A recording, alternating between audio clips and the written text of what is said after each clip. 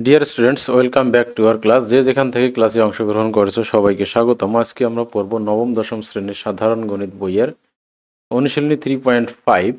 এই 3.5 অনুশীলনীর শেষ তিনটি অঙ্ক 36, 37 এবং 38 নম্বর অঙ্ক। জেনারেলি এটা কেউ করে না, পরীক্ষার জন্য এটা ইম্পর্টেন্ট না, তবে যারা অঙ্ককে পছন্দ করে, অঙ্ককে ভালোবাসে, তারা এসব কঠিন অঙ্ক করতে পছন্দ করে। এগুলো হচ্ছে ব্রেইন স্টর্মিং প্রশ্ন, অর্থাৎ এগুলো নিয়ে তোমার ব্রেইনকে নিয়ে খেলবে। ঠিক আছে, তো এই তিনটি অঙ্ক আমরা এখানে সমাধান করতেছি বিস্তারিত ব্যাখ্যা সহ। তো চলো আমরা সরাসরি চলে যাই সেই প্রশ্নগুলোতে। প্রথম অঙ্কটি হচ্ছে যে দাঁড় বেয়ে একটি খালের এ বিন্দু থেকে বি বিন্দুতে যে ফিরে আসতে হবে, দাঁড়ের বেগ ধ্রুব হলে স্রোতের বেগ থাকলে বেশি সময় লাগবে নাকি স্রোত না থাকলে বেশি সময় লাগবে? তো তো দেখো, এখানে বলছে যে এ থেকে বি বিন্দু, অর্থাৎ আমরা একটা ছবি এঁকে নেই। এই ছবি আছে, এটা হচ্ছে নদী। এ বিন্দু থেকে বি বিন্দুতে যেতে হবে, এ থেকে বিতে যেতে হবে। আমরা মনে করি এ থেকে বি এর ডিস্টেন্স হচ্ছে ডি। ঠিক আছে, এ থেকে বি এর ডিস্টেন্স ডি। তো প্রথমে যখন স্রোত থাকবে না, তখন মনে আমরা ধরে নেই যে মনে করি দাঁড়ের বেগ ইউ। ঠিক আছে, মনে করি দাঁড়ের বেগ ইউ। আর স্রোতের বেগ ওটা স্রোতের বেগটাও আমরা ধরে নেই। স্রোতের বেগ মনে করো ভি। আচ্ছা, ঠিক আছে, ভালো কথা। প্রথম ক্ষেত্রে যখন স্রোত থাকবে না, এই জিনিসটা থাকবে না, তখন দাঁড় কি করবে? ইউ বেগে যাবে, আবার ইউ বেগেই ফিরে আসবে, অর্থাৎ সেম বেগ, অর্থাৎ ইউ বেগেই যাবে, ইউ বেগেই ফিরে আসবে। তাহলে প্রথম ক্ষেত্রে আমরা লিখি যে প্রথম ক্ষেত্রে যখন স্রোত থাকবে না তখন কি হবে? তাহলে কি হবে যখন স্রোত থাকবে না? তখন কি হবে দেখো, ডি প্লাস ডি, অর্থাৎ যেতে ডি আসতে ডি, এই ডি প্লাস ডি ডিস্টেন্সটা, অর্থাৎ যাইতে ডি আসতে ডি, এই পুরো ডিস্টেন্সটা সে ইউ বেগে চলবে। পুরো ডিস্টেন্সটা কি করবে? ইউ বেগে চলবে, অর্থাৎ যাইতে আসতে সময় লাগবে তার কত? তাহলে আমরা যদি বলি, তাহলে যখন স্রোত থাকবে না তখন যাতায়াতে মোট সময় লাগবে কত? আমরা জানি যে টি সমান জানি এস ডিভাইডেড বাই ভি, এটা টি ওয়ান দিই। এখানে ডিস্টেন্স হচ্ছে কত? টোয়াইস ডি, আর বেগ কত? ইউ। তাহলে আমরা জানি যে টি সমান এস সমান ভিটি, যে সূত্র আমরা সেখান থেকে পেলাম, সমবেগে যাবে, টি সমান এস বাই ভি। তাহলে এটা হলো কি তার যাওয়া এবং আসা সময়, অর্থাৎ যেতে এবং আসতে তার সময় লাগবে কত? এইটুকু তো বুঝতে পারছো নিশ্চয়ই, এটা খুব ইজি ছিল, এই অংশটুকু ইজি। দেখো, যাবে এবং আসবে, অর্থাৎ যাওয়ার সময় ডি দূরত্ব যাবে, আসার সময় ডি দূরত্ব আসবে, এবং নদীতে যেহেতু স্রোত নাই, তাহলে যাওয়ার সময়ও বেগ ইউ, আসার সময়ও বেগ ইউ। তাহলে যেতে আসতে মোট দূরত্ব কত? যখন স্রোত থাকবে না তখন D plus D, two D, এই টু ডি ডিস্টেন্সের পুরোটাই সে কি যাবে? ইউ বেগে চলবে। ঠিক আছে, তাহলে এখানে সময় লাগবে কত?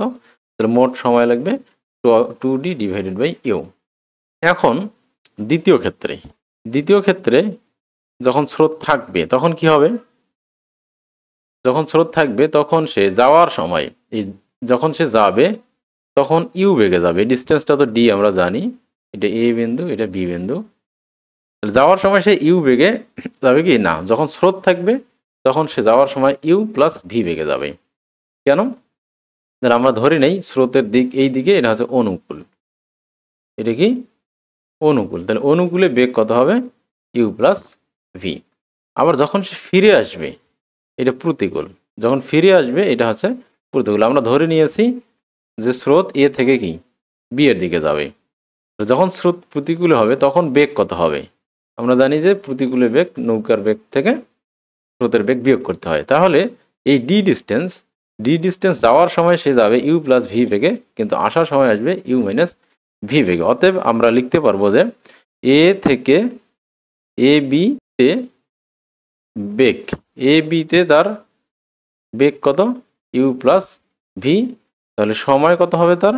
এটাকে টি প্রাইম ধরি, তাহলে D divided by U plus V. আবার যখন সে বি থেকে এ তে আসবে, তাহলে বি থেকে এ তে আসতে তার বেগ হবে ইউ মাইনাস ভি। তাহলে এখানে সময় কত লাগবে তার? টি ডাবল প্রাইম যদি দেই, তাহলে D divided by you minus V. তাহলে এখানে তার বেশি সময় লেগে যাবে। তাহলে ঠিক আছে, বুঝতে পারছো এটা? এখন আমরা যদি বলি সে এ থেকে বিতে যাবে, আবার বি থেকে এতে আসবে, তাহলে মোট সময়, তাহলে এ থেকে বি, বি থেকে এতে, তার মোট সময় কত হবে, এটাকে আমরা T2 ধরি, অর্থাৎ যাওয়া আসা করতে মোট সময়। আমরা এটা যাতায়াতে মোট সময়ে লিখি, যাতায়াতে মোট সময়। তো যাতায়াতে তার মোট সময় হবে কত, এই দুইটা যোগ হবে, অর্থাৎ d divided by U plus V plus d divided by you minus V.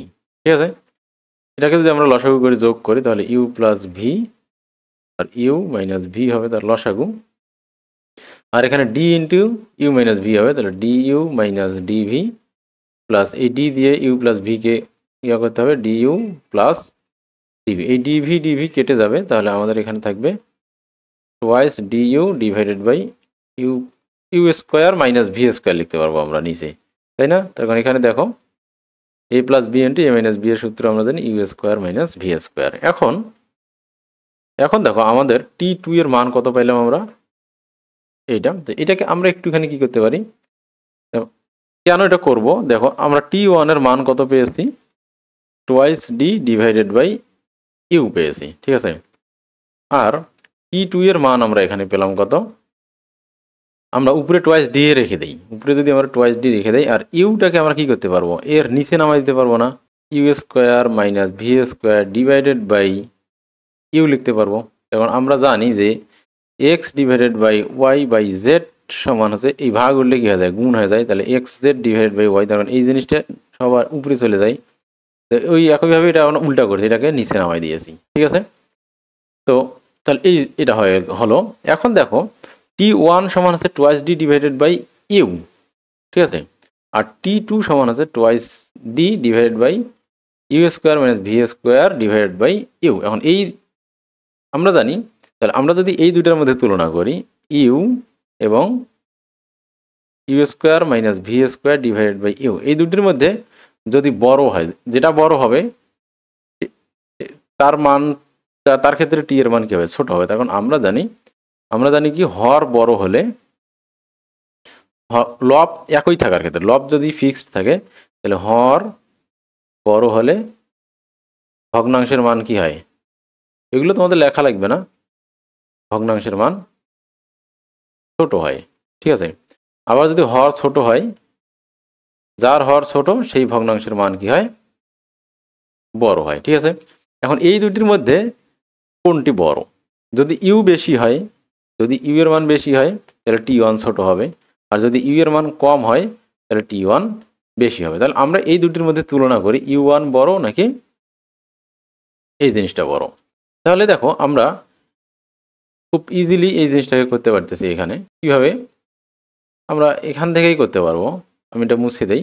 তাহলে T2 এর মানটা দেখো এখানে টোয়াইস ডি ডিভাইডেড বাই, এইখানে আমরা ইউটাকে উভয় দিকে ভাগ করে দিই, u square divided by you minus V square divided by u is equal, দেখো ইউ কেটে গেলে কি হবে, দেখো তোমাদের এখানে ইউ হবে u minus V square divided by you.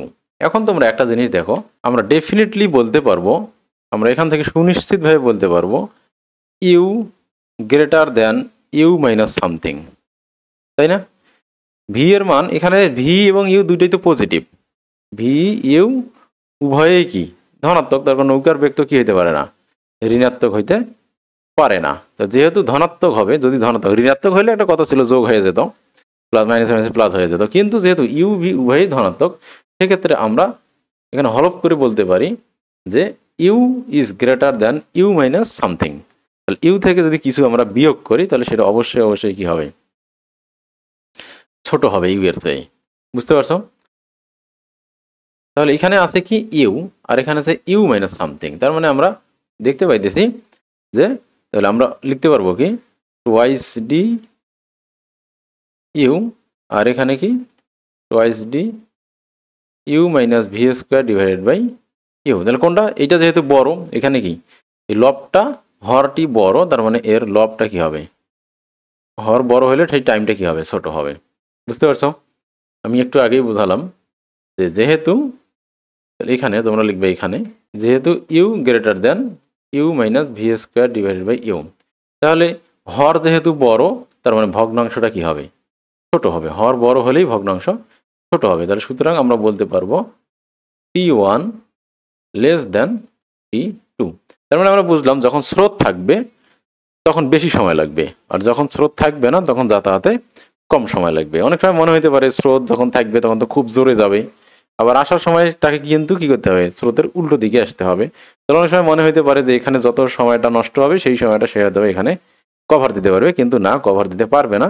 যদি স্রোত না থাকতো তাহলে সে যেতে আসতে যে সময় লাগতো, স্রোত থাকলে যেতে তার কম সময় লাগলেও আসতে তুলনামূলকভাবে কি লাগবে, অনেক বেশি সময় লেগে যাবে। সেই কারণে তোমার যেটা হচ্ছে যে যেতে আসতে সময় কি লাগবে, স্রোত না থাকলে বেশি কম সময় লাগবে, আর স্রোত থাকলে সময় বেশি লাগবে। ঠিক আছে, তো এরপর আমরা পরের অংশে চলে যাই। এখন দেখো তোমরা 37 নম্বর অঙ্ক, এই অঙ্কটা হচ্ছে মোস্ট একটু কঠিন অঙ্ক, সবচেয়ে বেশি মনে হয়। দেখো, একটি মাঠে ধ্রুব হারে ঘাস বৃদ্ধি পায়, ঘাস কি পায়, ধ্রুব হারে বৃদ্ধি পায়। 17টি গরু 30 দিনে সব ঘাস খেয়ে ফেলতে পারে।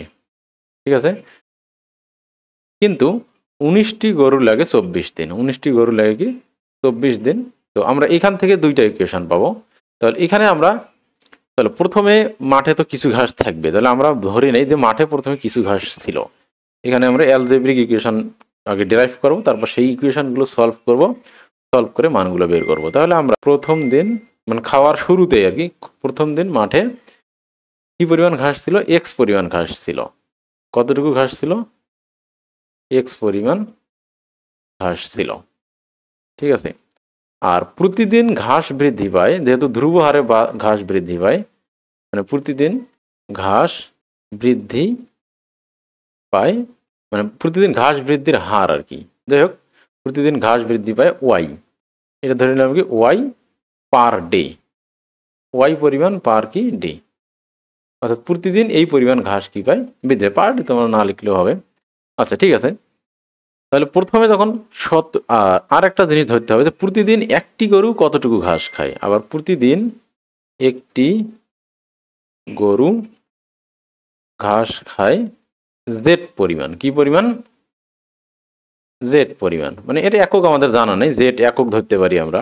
ঠিক আছে, জেড পরিমাণ ঘাস খায়, প্রতিদিন একটি গরু প্রতিদিন জেড পরিমাণ ঘাস খায়। ওকে, তাহলে এখন এইখানে দেখো, তাহলে 30 দিনে 17টা গরু ঘাস খায়, তাহলে আমরা বলতে পারি 30 দিনে প্রতিদিন যদি ওয়াই পরিমাণ ঘাস উৎপন্ন হয়, তাহলে 30 দিনে ঘাস কতটুকু উৎপন্ন হবে, তাহলে আমরা প্রথম শর্ত মতে লিখতে পারবো। তাহলে 30 দিনে কতটুকু ঘাস উৎপন্ন হবে, 30 এক্স প্লাস 30 ওয়াই। তাহলে প্রথম দিন ঘাস ছিল কতটুকু, এক্স পরিমাণ ঘাস ছিল, আর 30 দিনে বৃদ্ধি পাবে কতটুকু, যেহেতু একই হারে বৃদ্ধি পায়, তাহলে 30 ওয়াই। ঠিক আছে, তাহলে 30 দিন পর মোট ঘাস এতটুকু হওয়ার কথা। ঠিক আছে, 30 দিনে মোট ঘাস হওয়ার কথা কতটুকু, এতটুকু। প্রথম দিন ঘাস ছিল এক্স, আর প্রতিদিন বৃদ্ধি পায় কি ওয়াই, তাহলে 30 দিনে বৃদ্ধি পায় 30 ওয়াই, তাহলে মোট ঘাস হইলে কত, এক্স প্লাস 30 ওয়াই। আর এই যে টোটাল ঘাসটা 17টি গরু কত দিনে খেয়ে ফেলে, ওই 30 দিনেই খেয়ে ফেলে। এই টোটাল ঘাসটা 17টা গরু কি করে, 30 দিনেই খেয়ে ফেলে। তাহলে এখানে আমরা কি লিখতে পারবো, দ্বিতীয় শর্ত মতে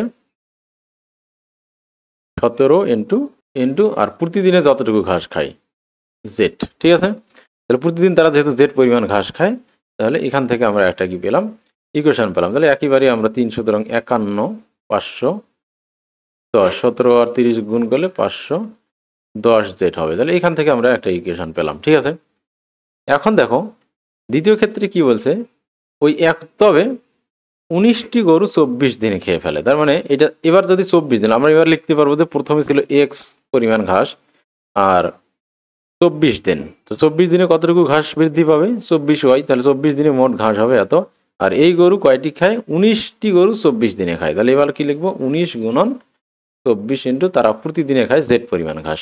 ঠিক আছে, তাহলে এটা দাঁড়াচ্ছে 19 গুণন 24, তাহলে 556, 456 জেড। তাহলে এটা গুণ করলে আমাদের হবে 456 জেড। এটা হলো 2 নং ইকুয়েশন। তুমি বুঝতে পারলা? তাহলে এই দুইটা ইকুয়েশন আমরা ডেরাইভ করতে পারলাম যে প্রথমে এক্স পরিমাণ ঘাস থাকলে 30 দিনে খায়, 30 দিনে এক্স 30 ওয়াই পরিমাণ ঘাস বৃদ্ধি পাবে, আর টোটাল ঘাস হবে এক্স প্লাস 30 ওয়াই। আর এই ঘাসটুকু মোট 17টি গরু 30 দিনে খেয়ে ফেলবে, আর প্রতিটি গরু একদিনে যেহেতু জেড পরিমাণ ঘাস খায়, তাহলে টোটাল তাদের খাওয়া ঘাসের পরিমাণ হচ্ছে 510 গুণন জেড। আবার একইভাবে যদি 24 দিনে 19টা গরু খায় তাহলে 24 দিন পর মোট ঘাস হবে এক্স প্লাস 24 ওয়াই, আর 19টা গরু 24 দিনে মোট ঘাস খাবে 456 জেড। তাহলে এগুলি সমান হবে, ঠিক আছে। এখান থেকে আমরা কি পেলাম, দুইটা ইকুয়েশন পেয়ে গেলাম। আমরা আর একটা ইকুয়েশন ডেরাইভ করব কোথা থেকে, লাস্ট যে জিনিসটি দেওয়া আছে সেখান থেকে আমরা আরেকটি ইকুয়েশন ডেরাইভ করব। এখানে বলছে যে একদল গরু 6 দিন ঘাস খাওয়ার পর, তাহলে আমরা এখানে ধরি নেই যে তৃতীয় ক্ষেত্রে এটা হচ্ছে দ্বিতীয় শর্ত মতে, এটা হচ্ছে কি দ্বিতীয় শর্ত মতে। এরপর আমরা লিখব তৃতীয় ক্ষেত্রে আমরা ধরি নেই, তৃতীয় ক্ষেত্রে এখানে ধরে নিতে হবে প্রথমে গরু ছিল, প্রথমে কিছু পরিমাণ গরু ছিল, প্রথমে গরু ছিল এক্স ওয়াই জেড, কতটুকু ধরি সি পরিমাণ, সিটি। প্রথমে গরু ছিল কয়টি, সিটি গরু ছিল, ঠিক আছে। তাহলে তৃতীয় শর্তে কি হবে, একদল গরু ওরা প্রথমে 6 দিনে খাইছে, তারপর 4টা গরু নিয়ে যাওয়ার পর আরো 2 দিনে সব ঘাস খেয়ে ফেলছে, তাহলে মোট কতদিন হলো 8 দিন, তাহলে মোট হলো 8 দিন। তাহলে 8 দিনে কতটুকু ঘাস তৃতীয় শর্তে, তাহলে তৃতীয় শর্ত মতো টোটাল কতদিন লাগছে, এটা সি গরু হোক 4টা চলে যাক যাই হোক, কিন্তু টোটাল কত দিনে ঘাস শেষ হয়েছে 8 দিনে। তাহলে 8 দিন পর মোট ঘাস হবে কত, 8x প্লাস 8y। কারণ প্রতিদিন তো এক্স পরিমাণ ঘাস বৃদ্ধি পায়, তাই না, প্রতিদিন এক্স পরিমাণ ওয়াই পরিমাণ ঘাস বৃদ্ধি পায়। প্রথমে ছিল এক্স, তাহলে 8 দিন হলো 8x প্লাস 8y। তাহলে এই যে ঘাস, এই ঘাসটি প্রথমে কি করছে, সিটি গরু কত 6 দিনে খাইছে, তাহলে এধারে এটা কি হবে, তাহলে সি সংখ্যক গরু 6 দিনে কতটুকু খাবে, 6cz, তাই কিনা, 6cz পরিমাণ ঘাস খাবে। তাহলে একটা গরু প্রতিদিন খায় জেড পরিমাণ ঘাস, তাহলে সিটা গরু প্রতিদিন খাবে সিজ পরিমাণ ঘাস, আর সিটা গরু 6 দিনে খাবে 6cz পরিমাণ ঘাস। তো এটা কি খেয়ে তারা শেষ করতে পারছে না, তাদের আরো 2 দিন লাগছে, আরো 2 দিন লাগছে। কিন্তু ওই 2 দিন কে খাইছে, তাহলে ওই 2 দিন কিন্তু সি সংখ্যক গরু খায়নি, ওই 2 দিন কয় সংখ্যক গরু খেয়েছে, তাহলে ওই আমরা আরো তাহলে লিখতে পারবো 2 ইন্টু, এবার গরুর সংখ্যা কিন্তু কমে গেছে, c-4 সংখ্যক গরু প্রতিদিন খায় জেড পরিমাণ ঘাস, আর 2 দিনে খাবে এত। তাহলে এই যে 2 দিনে এই যে সি পরিমাণ গরু 6 দিন খাইছে, আর c-4 পরিমাণ গরু খেয়েছে 2 দিন, তাহলে মোট তারা যে ঘাসটা খেয়েছে সেই ঘাসটা আছে এই যে 8 দিনের উৎপাদিত ঘাস প্লাস প্রথম দিনের ঘাস, ঠিক আছে। তাহলে এই আমাদের হাতে থাকলো 3টা ইকুয়েশন। তাহলে এখানে আমরা 3টি ইকুয়েশন পেলাম। 3টি ইকুয়েশন কিন্তু আমাদের আননোন কয়টি, আমাদের আননোন কিন্তু 4টি, এক্স ওয়াই জেড আর একটি আছে সি। তারপরও আমরা এখান থেকে কি করতে পারবো, মান বের করতে পারবো, আমাদের কোনো সমস্যা হবে না। 4টি আননোন হলেও এখানে কি আছে, একটা আননোনের সাথে আর একটা আননোন সম্পর্ক আছে। তাহলে আমরা প্রথম যে 2টা ইকুয়েশন আছে, তাহলে এখান থেকে আমরা এখানে দেখো এক্স ওয়াই জেড আছে, সি আছে, তাহলে এখান থেকে আমরা প্রথমে মান বের করি, কিছু এক্স বা ওয়াই এর মান বের করে নিচে বসিয়ে দেই। তাহলে আমরা এখানে যেটা করব, এই যে ওয়াই এর মান, তো ওয়াই এর মান এখান থেকে আমাদের কথা হচ্ছে, এটা আমরা কি করলাম 1 2 করলাম, এখান থেকে আমরা কি করছি 1 - 2, 1 নং ইকুয়েশন থেকে 2 নং ইকুয়েশন বিয়োগ করছি, বিয়োগ করে এখানে আমরা পেয়েছি কত, Y is equal two 9z। তো এটা আমাদের 3 নং হিসেবে থাকলো।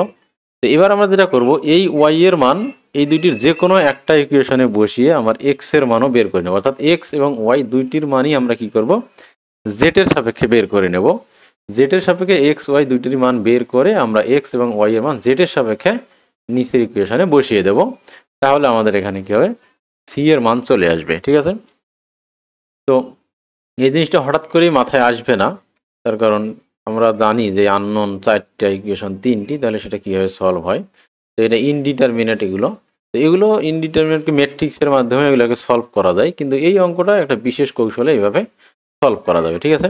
তাহলে এই ওয়াই এবার আমরা আবার 1 নং হতে পাই, তাহলে 1 নংয়ে ওয়াই সমান 9z বসাই,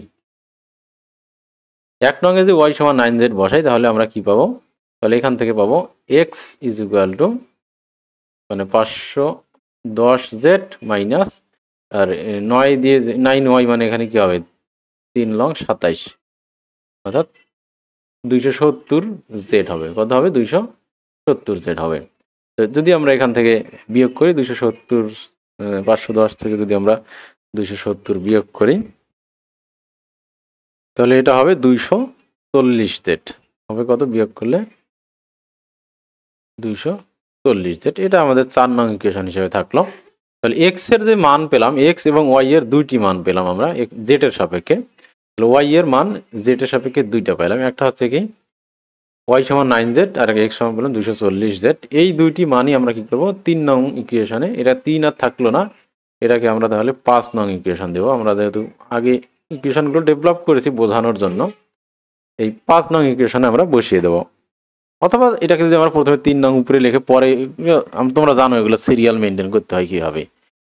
তো আমরা তাহলে এবার লিখবো যে 2 ও 3 হতে, 3 ও 4 হতে, 3 ও 4, 3 ও 4 দ্বারা আমরা এখানে কি পাবো, এগুলো ডান দিকে লিখতে হয়, আমার ডান দিকে জায়গা হবে না তাই ওই দিকে লিখতেছি, অথবা তোমরা এইভাবে ডান দিকে লিখবা। তাহলে এখান থেকে তোমরা লিখতে পারো, বা এক্স এর মান কত পেলাম আমরা 240z পেলাম, আর প্লাস 8 ওয়াই এর মান পেলাম আমরা কত 9z সমান 6cz প্লাস টোয়াইস cz, আমরা এগুলো বিয়োগ করে গুণ করে দিচ্ছি -8z।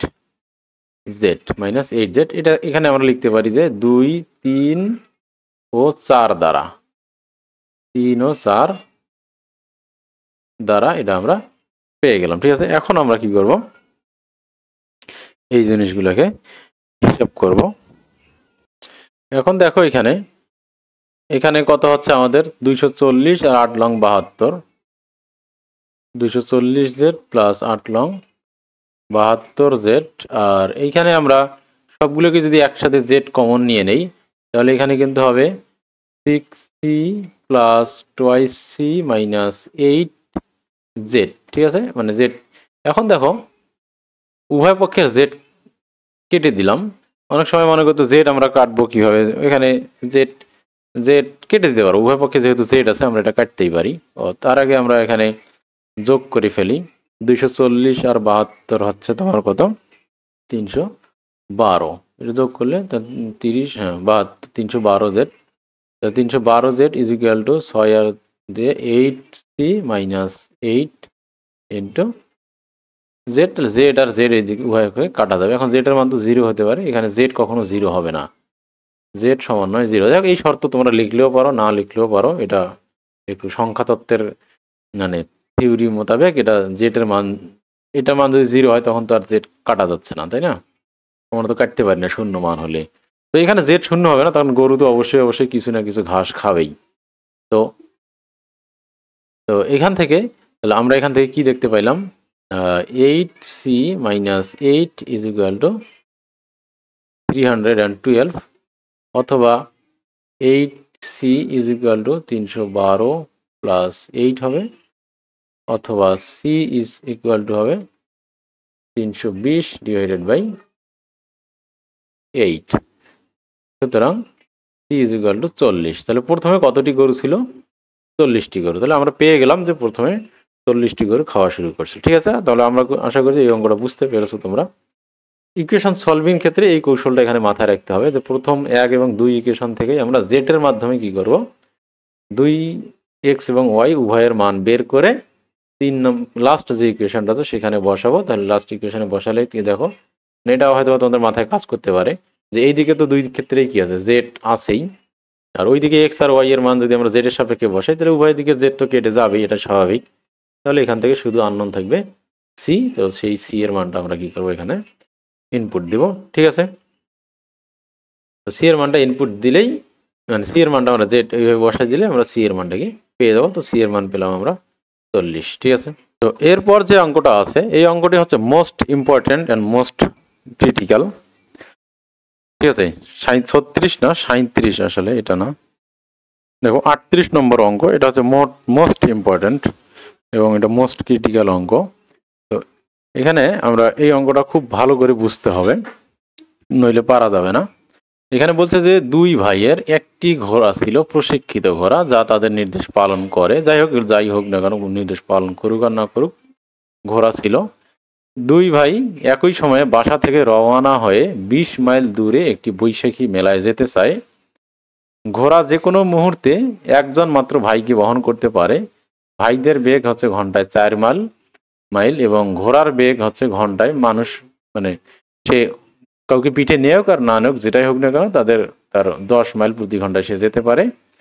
তাহলে এই দুই ভাই ঘোড়াটাকে ব্যবহার করে সবচেয়ে কম সময়ে কত সময়ে একসাথে সর্বনিম্ন কত সময়ে তারা মেলায় পৌঁছাতে পারবে এবং একই সাথে পৌঁছাতে হবে। ঠিক আছে, তাহলে এই অঙ্কটা বোঝার জন্য আমাদের আগে আমরা মনে করি যে ওরা কিভাবে এটা করতে পারে, যে সবচেয়ে কম সময়ে যাওয়ার জন্য তারা কিভাবে ঘোড়াটাকে ব্যবহার করতে পারে। তো ঘোড়া কিন্তু একসাথে একজনকেই তুলতে পারবে। ঘোড়া কি করতে পারবে? একসাথে দুইজনকে তুলতে পারবে না। ঘোড়া একসাথে একজনকেই তুলতে পারবে।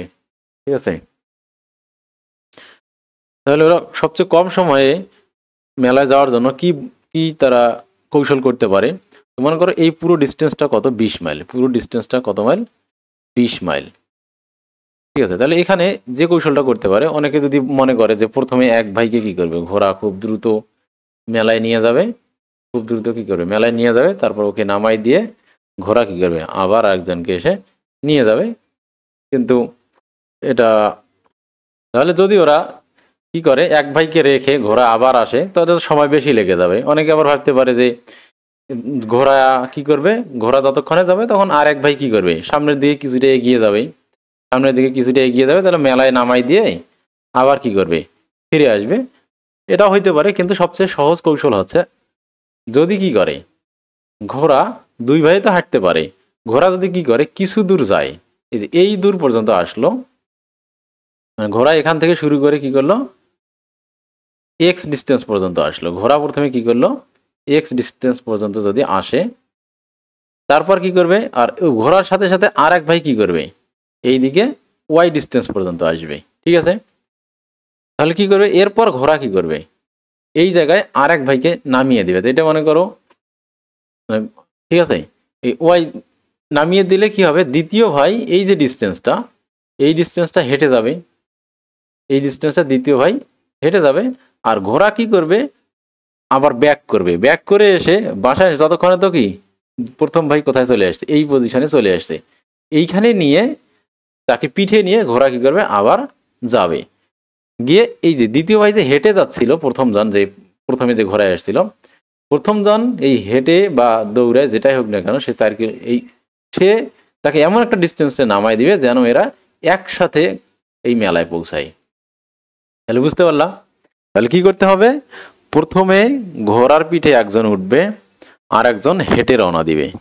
তো ঘোড়া যেহেতু জোরে যাবে তাহলে ঘোড়া মেলায় না গিয়ে একটা নির্দিষ্ট ডিস্টেন্সে কি করবে প্রথম ভাইকে নামাই দিবে, নামাই দিয়ে প্রথম ভাই কি করবে সে হেঁটে যাওয়া শুরু করবে মেলার দিকে, আর ঘোড়া কি করবে ব্যাক করবে, ব্যাক করে এসে প্রথম ভাইকে রাস্তার যে জায়গায় পাবে ওই জায়গা থেকে পিঠে তুলবে, পিঠে তুলে আবার ঘোড়া কি করবে 10 কিলোমিটার বেগে যাবে।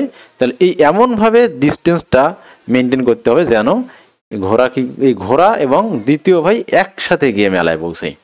ঠিক আছে, অর্থাৎ দ্বিতীয় ভাইয়ের এখানে যেতে যত সময় লাগবে ঘোড়া ওখান থেকে ব্যাক করবে, ব্যাক করে আবার মেলায় যাবে, তাহলে টোটাল সময়টা লাগবে কত একই। বুঝতে পারছো? তাহলে আমরা কি দেখলাম, তাহলে এখান থেকে আমরা এই জিনিসটা যদি তোমরা বুঝো তাহলে এখান থেকে আমরা আস্তে আস্তে কি করি এক্সপ্লানেশনে যাই, ডিপি ঢুকি। তাহলে টোটাল ছিল কত 20 মাইল, টোটাল ছিল 20 মাইল। তাহলে এইটুকু যদি এক্স মাইল হয় তাহলে এইটুকু ডিস্টেন্স কত হবে 20 মাইনাস এক্স মাইল, আর এইটুকু যদি এক্স হয় আর এই অংশটুকু যদি কি হয় ওয়াই হয়, তাহলে এই যে এখান থেকে এটা হবে কত জেড এক্স মাইনাস ওয়াই। ঠিক আছে, তাহলে আমরা এগুলো বোঝার সুবিধার্থে নাম্বারিং করি। আমরা কি করি এখানে এই পুরো জিনিসটাকে নাম্বারিং করি অর্থাৎ মার্কিং করি। মনে করো যে তাহলে ঘোড়া এ অবস্থান থেকে যাত্রা শুরু করছে, বি অবস্থানে মেলা আছে। ঠিক আছে, তাহলে প্রথমে কি করবে প্রথম ব্যক্তি কি করবে, প্রথম ব্যক্তি ঘোড়ায় উঠে এক্স ডিস্টেন্স দূরে সি বিন্দুতে, তাহলে প্রথম ব্যক্তি এটা আসবে কি প্রথম ব্যক্তি প্লাস ঘোড়া। ঠিক আছে, প্রথম ব্যক্তি প্লাস হর্স, প্রথম ব্যক্তি প্লাস হর্স, তাহলে এর বেগ কত 10 মাইল পার আওয়ার। ঠিক আছে, 10 mile per hour, metre per hour হয়ে গেল, এটা মাইল ধরে নাও, ml দিলে মাইল হবে। ঠিক আছে, 10 মাইল পার আওয়ার। তাহলে এই জায়গায় এসে কি করবে, আর ততক্ষণে দ্বিতীয় ব্যক্তি কি করবে, সে এই ডি বিন্দুতে পৌঁছাবে। দ্বিতীয় ব্যক্তি কি হবে, ডি বিন্দুতে ততক্ষণে পৌঁছাবে। তাহলে ঘোড়া যেহেতু জোরে যাচ্ছে, তাহলে এখানে বেগ কত হবে, এখানে দ্বিতীয় ব্যক্তি তার বেগ হবে কত 4 মাইল পার আওয়ার। ঠিক আছে, এটা দ্বিতীয় ব্যক্তি যাবে, তার হচ্ছে কত 4 মাইল পার আওয়ার। এরপর কি করবে দেখো, তাহলে এই ডিস্টেন্সটা হচ্ছে কত এক্স, এই ডিস্টেন্সে এক্স। এইখানে সে কি করবে, এই ঘোড়া কি করবে, দ্বিতীয় ব্যক্তিকে নামাই দিবে, প্রথম জনকে নামাই দিবে, প্রথম জনকে কি করবে, সে নামিয়ে দিবে।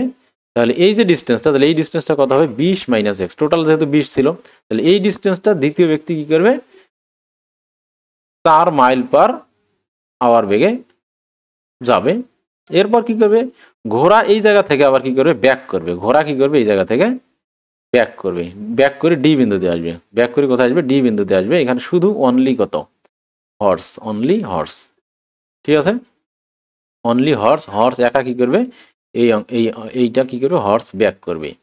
ব্যাক করার পর তাহলে এইটা সে কত বেগে ব্যাক করবে, 10 মাইল পার আওয়ারে ব্যাক করবে। ব্যাক করার পর এইখান থেকে এই দ্বিতীয় ব্যক্তিকে সে তুলবে, তুলে আবার কি করবে, মেলার দিকে যাবে। আবার কি করবে, সে মেলার দিকে এখানে আসবে। তাহলে এই যে পুরো ডিস্টেন্সটা, এই ডিস্টেন্সটা দ্বিতীয় ব্যক্তি প্লাস ঘোড়া একসাথে যাবে কত 10 মাইল পার আওয়ারে যাবে। ঠিক আছে, তাহলে বুঝতে পারলো বিষয়টা। তাহলে এই জিনিসটাকে এখন যদি আমরা কি করি, ক্যালকুলেশন করতে চাই, তাহলে কি হবে, তাহলে এখানে আমরা টাইমগুলো কিভাবে হবে দেখো, তোমরা দেখো এ থেকে ঘোড়া আর প্রথম ব্যক্তি এ থেকে সিতে যাবে, সিতে ঘোড়া প্রথম ভাইকে নামিয়ে দিয়ে আবার কোথায় আসবে, ডি বিন্দুতে আসবে।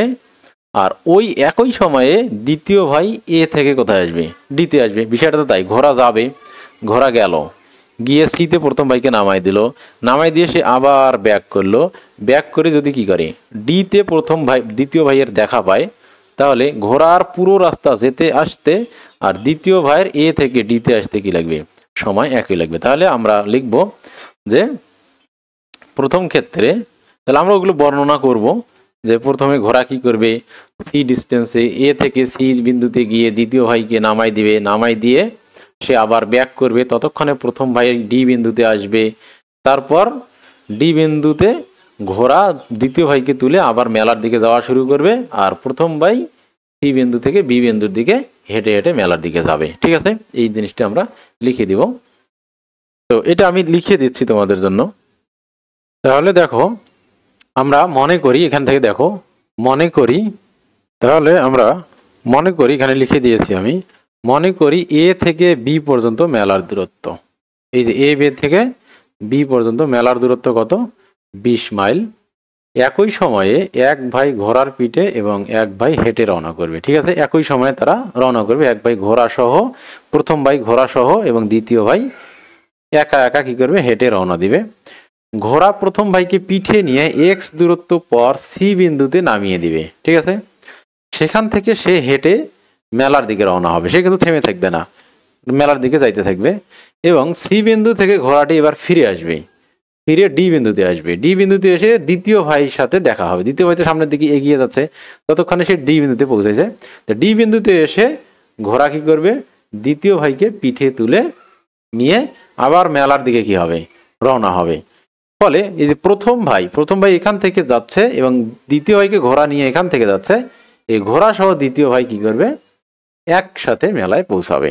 তো এমনভাবে ডিস্টেন্সগুলো ফিক্সড করতে হবে। তো আমাদের বের করতে হবে কত দূরে গিয়ে ঘোড়া প্রথম ভাইকে নামাই দিবে, এইটা বের করতে পারলে আমাদের কি হবে, ঝামেলা শেষ। এখন আমরা দেখো জিনিসটাকে দেখি ইকুয়েশনগুলো কিভাবে ডেভেলপ করা যায়।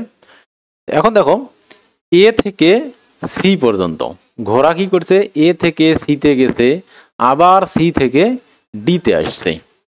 এই টোটাল ডিস্টেন্স, তাহলে ঘোড়া প্রথমে ঘোড়ার এ থেকে সিতে গিয়ে আবার ওকে নামিয়ে দিয়ে আবার ডিতে ফিরে আসছে, আর ততক্ষণে প্রথম ভাই এ থেকে ডিতে আসছে।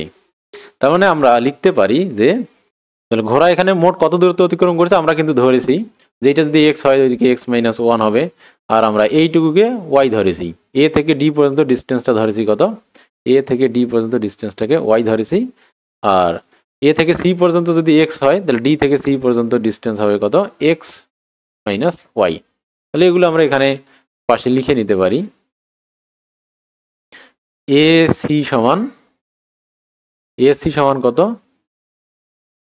এ সি সমান এক্স, আর এ ডি সমান হচ্ছে কত, ওয়াই, আর ডি সি সমান কত হবে বলো দেখি, তাহলে এক্স মাইনাস ওয়াই হবে, তাই কিনা? ডি তো মাঝখানে, ডিসি সমান হবে এক্স থেকে ওয়াই বাদ যাবে, আর বিসি বা সি বি সমান হবে 20 মাইনাস এক্স। তাহলে এই যে ডিস্টেন্সগুলো আমি এখানে লিখে দিলাম, ঠিক আছে? এইরকম করে ডিস্টেন্সগুলো হবে সম্পর্ক। এখন দেখো তাহলে প্রয়োজনীয় সময় টি সমান কত হবে, তার অতিক্রান্ত দূরত্ব। সে এখানে কত দূরত্ব অতিক্রম করছে বলো দেখি, সে এ থেকে সিতে গেছে, তাহলে এ থেকে সি পর্যন্ত ডিস্টেন্স হচ্ছে এক্স, আবার সি থেকে ডি পর্যন্ত আসছে, তাহলে সি ডির ডিস্টেন্স বা ডিসির ডিস্টেন্স কিন্তু এক্স মাইনাস ওয়ান ওয়াই, তাহলে প্লাস এক্স মাইনাস ওয়াই, ঠিক আছে? তাহলে এই টোটাল ডিস্টেন্সটুকু ঘোরা গেছে এবং তার বেগ কত, 10 mile per hour divided by 10, তো টি সমান হচ্ছে এস বাই ভি, এত আওয়ার, ঠিক আছে? এত আওয়ার সময় লেগেছে, বুঝতে পারছো? আর ওই একই সময়ে, ওই সেম সময়ে কি করছে, ওই একই সময়ে এ থেকে ডি, এ থেকে দ্বিতীয় ভাই কি করছে, তাহলে এ থেকে ডি পর্যন্ত, এ থেকে ডি পথে দ্বিতীয় ভাইয়ের সময়, দ্বিতীয় ভাইয়ের জন্য সময়টা কত হবে, টি সমান হবে, এখানে এটা টি ওয়ান দেয়, এটা টু দেই, তাহলে ও গেছে মাত্র ওয়াই, তাহলে ওর ডিস্টেন্সটা কত হবে, এখানে ওয়াই ডিস্টেন্স গেছে, আর তার 4 মাইল পার আওয়ার বেগ, তাহলে তার এত আওয়ার। এখন দেখো আমরা প্রথমেই বলেছি যে ঘোড়া এ থেকে সিতে যাবে, আবার সি থেকে ডিতে আসবে, আর ততক্ষণে পুরো সময়টাই দ্বিতীয় ভাই এ থেকে ডিতে আসবে, তার মানে পুরো সময়টা একই সময়। অর্থাৎ ঘোড়া ফিরে এসে ডি বিন্দুতে তার সাথে দেখা না হওয়া পর্যন্ত দ্বিতীয় ভাই কি সামনের দিকে আগাতেই থাকবে। তার মানে পুরো টাইমটা ঘোড়ার টাইম এবং প্রথম ভাইয়ের এই টাইমটুকু কি হবে, সমান হবে। এই টাইমটুকু কি হবে, সমান হবে। তার কারণ কি, ঘোড়া একসাথে রওনা করছে, ঘোড়া ফিরে না আসা পর্যন্ত সে কি করছে, সামনের দিকে গেছে। তার মানে কি, ঘোড়ার ফিরে আসতে সময় এবং তার এ থেকে ডিতে যেতে সময় কি সেম হবে। তাহলে আমরা লিখতে পারবো x plus y divided by 10 is equal to y divided by 4। আমি এটাকে আর আপাতত কোনো করতেছি না, ঠিক আছে? এরপর আমরা দেখি দ্বিতীয় ক্ষেত্রে। এরপর দেখো কি করছে, দ্বিতীয় ভাই বি থেকে সিতে গেছে, সি থেকে বিতে গেছে, দ্বিতীয় ভাই সি থেকে বিতে গেছে মেলায়। আচ্ছা, এই যে সময় এ কখন যাওয়া শুরু করছে, ঘোড়া এ যতক্ষণে প্রথম ভাই যতক্ষণে সি থেকে বিতে গেছে, ততক্ষণে ঘোড়া কি করছে, সি থেকে ডিতে আসছে, এসে দ্বিতীয় ভাইকে পিক করছে, পিক করার পর আবার ডি থেকে বি পর্যন্ত গেছে। তাহলে এই ঘোড়া যাতায়াত করতে যে সময়, ঘোড়া সি থেকে ডিতে গেল, ডি থেকে আবার বিতে মেলায় আসলো, তাহলে এই পুরো সময়টাতে দ্বিতীয় ভাই সি থেকে বি পর্যন্ত মেলায় পৌঁছেছে, বুঝতে পারছো? তাহলে এইখানে একই সময়। তাহলে আমরা বলতে পারবো যে কি, তাহলে এবার দ্বিতীয় ভাই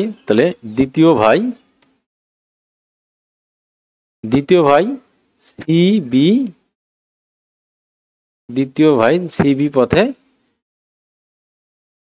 সময় নেয়। তার সময় কত লাগছে, ওই ডিস্টেন্সটা কত, 20 মাইনাস এক্স ডিভাইডেড বাই 4, এটাকে আমরা T3 ধরি, ঠিক আছে? তাহলে এটা আবার ঘোড়া কি করছে, ওই একই সময়ে ঘোড়া সি থেকে ডিতে আসছে, ডি থেকে আবার বিতে গেছে। তাহলে সি থেকে ডি থেকে বি পথে ঘোড়ার সময়টা কত হবে, T4 ইজ ইকুয়াল টু হবে কত, তাহলে সি থেকে ডি পর্যন্ত ডিস্টেন্স কত, এক্স মাইনাস ওয়াই। সি থেকে ডি পর্যন্ত ডিস্টেন্সটা হচ্ছে এক্স মাইনাস ওয়াই, তাহলে এক্স সি থেকে ডি পর্যন্ত এক্স মাইনাস ওয়াই, তাহলে গেছে আবার এক্স মাইনাস ওয়াই আসছে, তাহলে সিডি পথ দুইবার অতিক্রম করছে তাই না, সে সিডি গেল আবার ডি থেকে সিতে আসলো, তারপর আবার 20 মাইনাস এক্স গেল, তাহলে কত ডিস্টেন্স, তাহলে তার কত ডিস্টেন্স হলো, তাহলে সে সি থেকে আমরা যদি এইভাবে লিখি, সে সি থেকে ডিতে গেছে, ডি থেকে আবার সিতে আসছে, সি থেকে সামনের দিকে বিতে গেছে, তাহলে এইটুকু ডিস্টেন্স তার টোয়াইস এক্স, আবার টি সিও তো রয়েছে, তাহলে 2 ইন্টু কি x minus y plus CB distance আছে 20 মাইনাস এক্স ডিভাইড বাই তার বেগ কত 10, তাহলে এই যে তার রিকোয়ার্ড টাইম, তাহলে এই টাইম, তাহলে এই দুইজনের টাইমটা সেম হবে, অর্থাৎ দ্বিতীয় ভাই বি থেকে সি থেকে বিতে পৌঁছাতে ঘোড়া সি থেকে ডিতে যাবে, আবার ঘুরে বিতে আসবে, এই ফুল টাইমটা দুইজনের জন্য কি হবে সময় হবে, তাহলে আমরা বলতে পারবো কি এর দ্বিতীয় শর্ত মতে না এগুলো, তারপরও লিখতেছি আর কি, দ্বিতীয় শর্ত মতে 20 minus x is divide by 4 is equal to twice x minus twice y plus 20 minus x is equal to 10, তাহলে এই যে দুইটা ইকুয়েশন, এই দুইটা ইকুয়েশন আমরা কি করবো এখন সলভ করব, ঠিক আছে, এই দুইটা ইকুয়েশন আমরা সলভ করলেই মান পেয়ে যাব, তাহলে আমরা প্রথম ইকুয়েশনটাকে এখন একটু কি করি একটুখানি সাইজ করে ফেলি, তাই এখান থেকে মান আমরা যাতে দ্বিতীয় ইকুয়েশনে ইজিলি বসাতে পারি, ঠিক আছে, twice x minus y divided by 10, আমরা 2 দিয়ে উভয় পক্ষকে ভাগ করলে এখানে 5 হবে, আর এখানে y ডিভাইডেড বাই 4 হবে, এবার যদি আমরা আর গুণ করি তাহলে হবে 5y ইজ ইকুয়াল টু 4 দুগুণে 8x প্লাস 4 না, এখানে আমরা 2 দিয়ে যেহেতু ভাগ করছি তাহলে এখানে 2y হবে, ঠিক আছে, তাহলে মাইনাস 2y হবে, এই 2y এদিকে এসে যোগ হবে, অর্থাৎ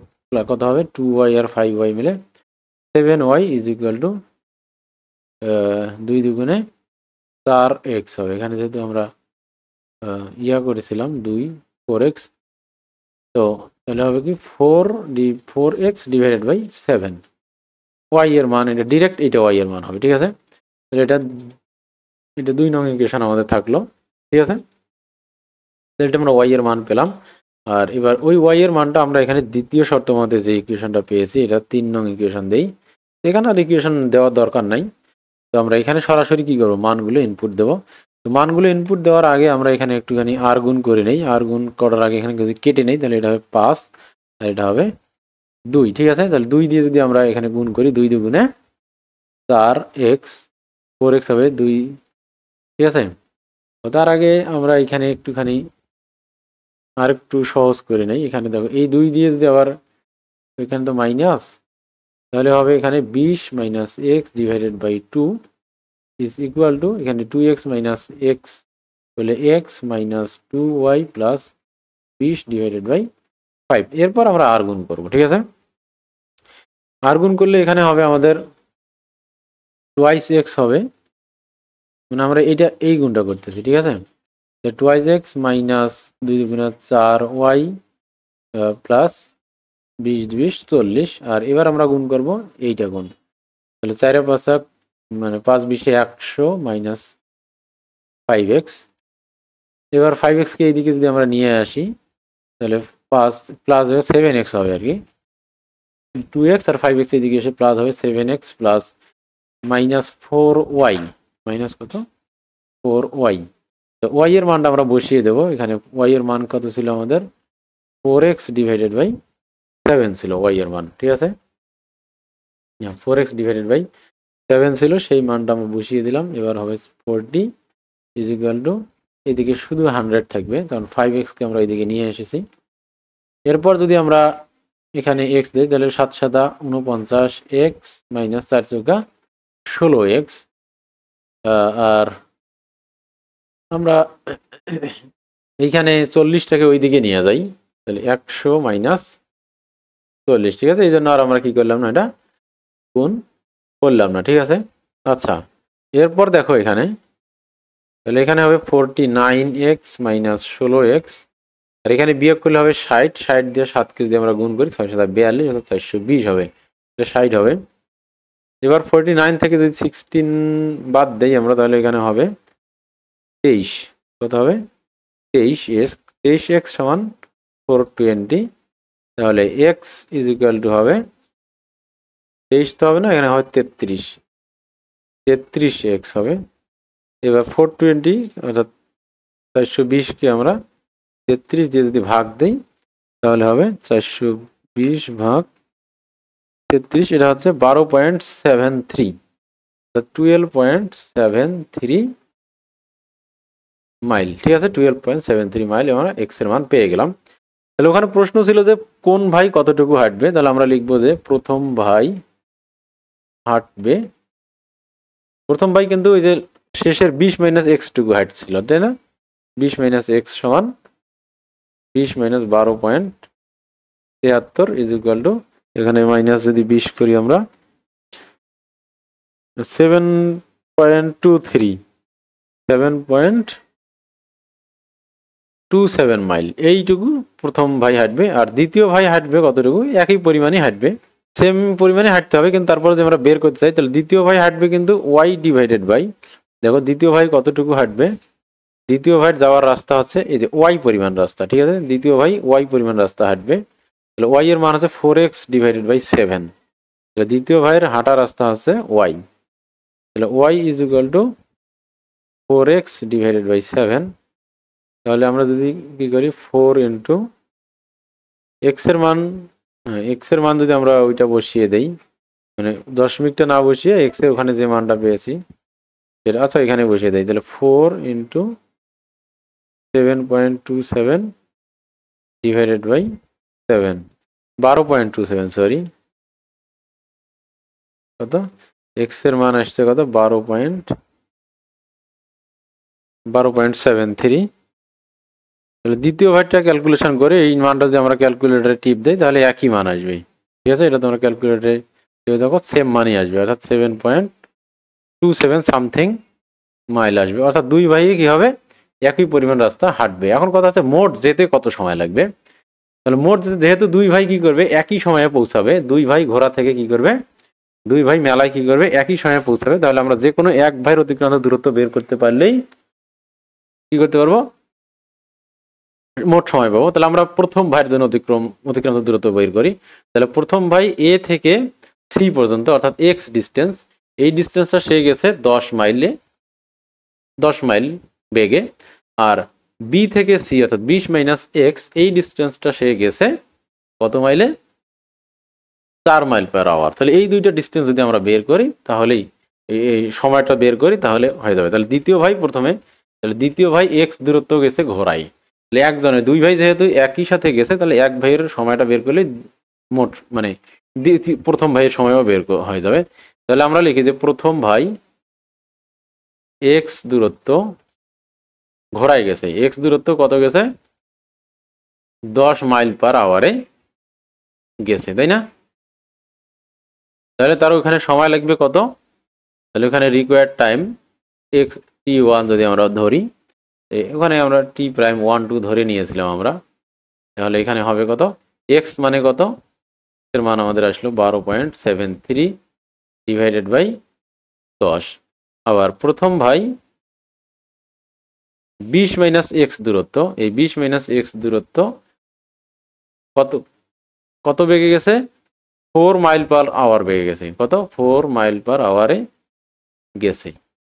ঠিক আছে, তাহলে এখানে সময় লাগবে কত, T double prime is equal two, তাহলে 20 মাইনাস মানে ওর ডিস্টেন্স ওটা 7.27ই হবে বিয়োগ করলে, মানে তার হেঁটে যাওয়াটা, মানে তার ঘোড়ায় যাওয়ার টাইম এবং তার হেঁটে যাওয়ার টাইম হিসাব করলেই হবে, সহজ হবে। তাহলে তার ঘোড়ায় যাওয়ার টাইম হচ্ছে এইটা আর হেঁটে যাওয়ার টাইম হচ্ছে এটা, তাহলে এটাকে যদি আমরা হিসাব করি তাহলে এটা হবে 1.273, আর এটাকে যে এটাকে যদি আমরা 4 দিয়ে, পরের অংশটাকে যদি 4 দিয়ে ভাগ দেই তাহলে এটা হবে 1.81, এখানে এত আওয়ার এখানে এত আওয়ার। ঠিক আছে, তার হাঁটতেই তো বেশি, ঘোড়ায় তো বেশিক্ষণ চলার সুযোগই পায় নাই। আচ্ছা যাই হোক, রাতে মোট সময় ঘোড়া থেকে তো লাভ হইল না, দুইজনেরই কিন্তু তাই হবে, আর ও কিন্তু 1.81 হাঁটবে আর ওইটুকু ঘোড়ায় উঠবে, তাহলে 1.273 প্লাস 1.81, এটাকে যদি আমরা যোগ করি তাহলে যা হবে 1.273, 3.09 আওয়ার। তাহলে টোটাল লাগবে কত? 3 ঘন্টা, 3.09 অর্থাৎ 3.1 আওয়ারও বলতে পারি আমরা। তাহলে এত সময় মোট লাগবে, ঠিক আছে। তো এই ছিল অঙ্কটি একটুখানি জটিল, তোমরা 2 বার ধরে এই একটুখানি পজ করে করে বুঝে বুঝে করার চেষ্টা করতে পারো। তো যারা ম্যাথের প্রতি একটুখানি ম্যাথের প্রতি যাদের আকর্ষণ আছে তাদের জন্য এই অঙ্কগুলো কাজে দিবে, ঠিক আছে। তো এই অধ্যায় আমাদের শেষ হইলো। তো পরের অধ্যায় নিয়ে আবার তোমাদের সাথে দেখা হবে। আমাদের সাথে থাকার জন্য ধন্যবাদ।